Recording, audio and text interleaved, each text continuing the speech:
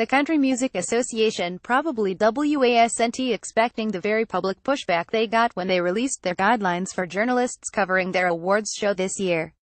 When it came, it was swift and fierce. The guidelines asked journalists to avoid politically charged subjects such as the Las Vegas mass shooting, politics, and the subject of gun control as a whole. The instructions were to be adhered to under the threat of media credentials potentially being revoked via security escort. So, they were not guidelines in the traditional sense of the word, but rules to direct the discourse of the evening. Country singer, and co-host of this year's CMA Awards, Brad Paisley took the CMA to task on Twitter, calling the guidelines ridiculous and unfair. "I'm sure the CMA will do the right thing and rescind these ridiculous and unfair press guidelines." In 3.2.1, Brad Paisley at Brad Paisley, November 3, 2017. Following harsh criticism for their restrictive press guidelines, the CMAs reversed their ban on Friday. Artists of all genres sometimes feel the need to remain silent on hot-button issues for fear of alienating their fanbase. Following the shooting in Las Vegas, some country artists have come forward with their opinions on gun control and politics, and more undoubtedly want to, on a platform as big as an awards show. To ban these topics from the conversation is heavy-handed at best, and verging on censorship at worst. This event offers an opportunity for country artists who believe in gun control to speak out about the issue. Rather than infantilizing the artists and silencing the media, an open and honest discourse should be encouraged.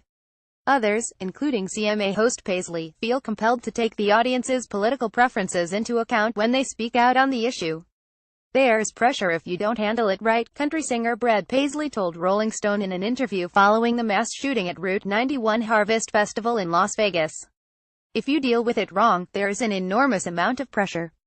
We shouldn't allow the First Amendment to be encroached upon simply because a polling sample of the audience is in favor of the Second Amendment or for the sake of comfortable conversation."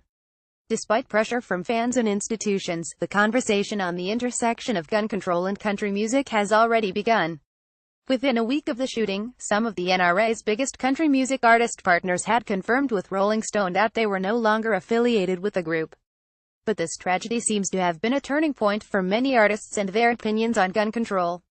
Following the mass shooting at the Route 91 Harvest Festival in Las Vegas last month, Caleb Keeter of the Josh Abbott Band, who played the festival that weekend, spoke to his fans on Twitter saying, "I've been a proponent of the Second Amendment my entire life.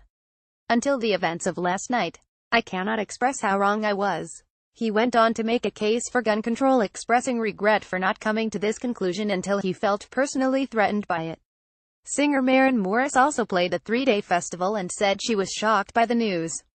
"As a country music artist and someone who loves country music and grew up in it, I hope that artists become braver on their stances with it," Morris said in an interview with the Kansas City Star in response to whether her thoughts on gun control and the Second Amendment had been affected by the event. Her song, Dear Hate, which begins, "Dear Hate, I saw you on the news yesterday," was written in response to a 2015 shooting that happened in Charleston, South Carolina, speaks widely to the issue of gun violence in the news.